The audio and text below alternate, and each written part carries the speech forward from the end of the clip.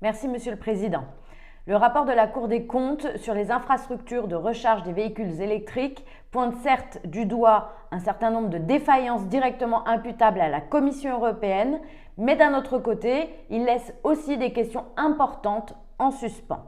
Le déploiement des infrastructures de recharge est un facteur essentiel pour la diffusion des véhicules électriques, élément fondamental pour une transition vers les carburants de substitution et vers un parc automobile zéro émission à l'horizon 2050.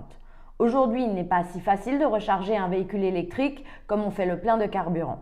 Selon le rapport, l'UE est encore loin de l'objectif ambitieux que la Commission s'est fixé dans le cadre du pacte vert, à savoir atteindre le million de bornes de recharge en 2025, car elle ne s'est pas dotée d'une feuille de route pour l'électromobilité et n'a pas su veiller à ce que les fonds alloués soient affectés là où le besoin en est le plus impérieux.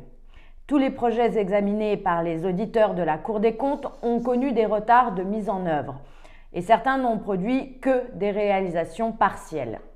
Le rapport de la Cour des comptes affirme aussi que pour atteindre cet objectif, l'UE est confrontée à deux problèmes inextricablement liés. Tout d'abord, l'essor des véhicules électriques restera bridé tant que les infrastructures de recharge ne seront pas disponibles.